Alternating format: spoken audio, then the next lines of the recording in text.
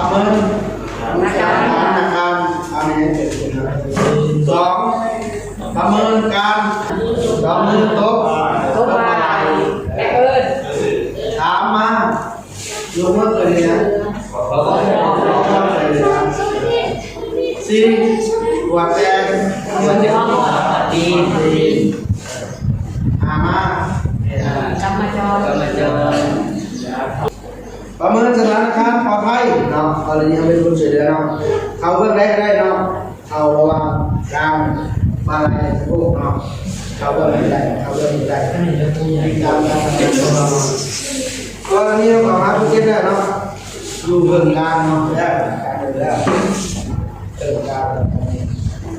โดยการพูดใส่ของมือเราต้องว่าจะเป็นยังไงเราแล้วก็สติเราเนี่ยเนาะเอาดูสิโตเนาะทั้งกินชี้หน้าปกปกท้องในวันนี้หายใจอยู่เนาะอย่าลืมอยู่เบอร์ซอยนี้ไปเลย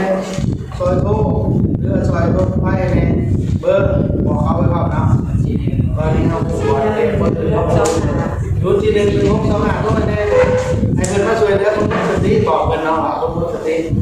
ตัวผู้ให้เป็นยังคนเป็นยังกว่าเนาะคนสติยังหายใจอยู่บอกเพราะนั้น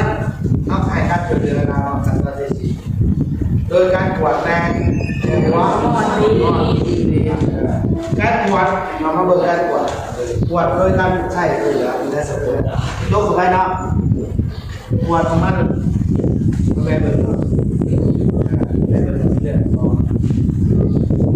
เรามาตรวจตรวจข้อตรวจหูตรวจปากตรวจข้อมันตรวจอะไรกันเนาะบางครั้งคอหักเนาะกระดูกเจ็บปวด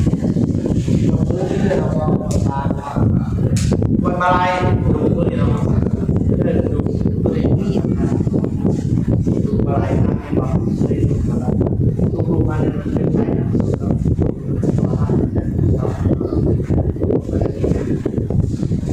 วันตั้งโต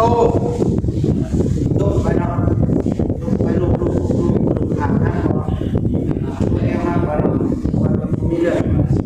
วันแค่เพื่อใครโตนะครับไม่ใช่เป็นแค่งั้นว่าจะลืมเนาะวันนี้วันเปิดใครโตวันดูแลอะไรเงี้ยวันเปิดใครโตก่อนนะวันไม่ได้ก็ลูกนะลูกสุดเนาะมีทหารจะมีทิศทาง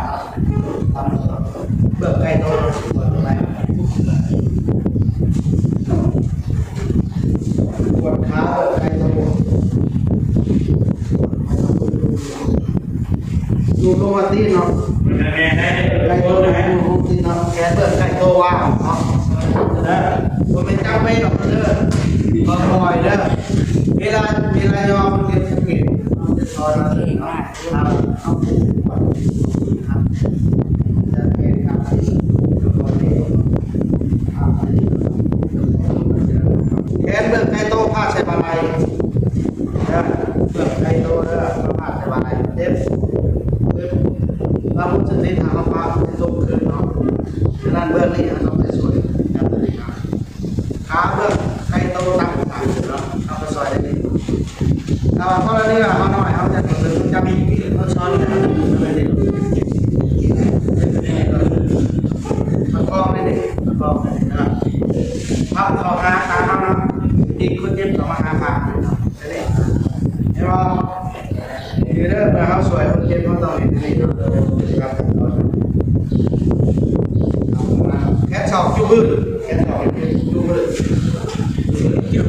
เรื่องในใจเฉยหรือเปล่าเรื่อง1 2สังเกตเราเห็นใส่2นี่ก็ข้างแบบนี้เนาะมือเบื้องลงแบบเหตุนี้ก็เปิดทางเดินหายใจเนี่ยใส่เบื้องหนึ่งก็ข้างเบื้องเฉยหรือเปล่าเนาะสังเกตเขาเองก็ได้เนาะด้วยทูหนึ่งเราเห็นเนาะเบื้องไหนก็ได้เบื้องนี้เบื้องนี้ก็ข้างเบื้องนี้เบื้องนี้คอยเนาะคอยก็คือมันจับทำเลข4เลข4เดือนนั้นได้ฉีดไปเหรียญภาษานี่เนาะเดือนคุณเจ๊จะทำตัวเดือนนั้นภายหลังเราหาให้นังจับครับกรรมกรเรานั่นนี่ครับเราเนี่ยครับผูกลงเนาะ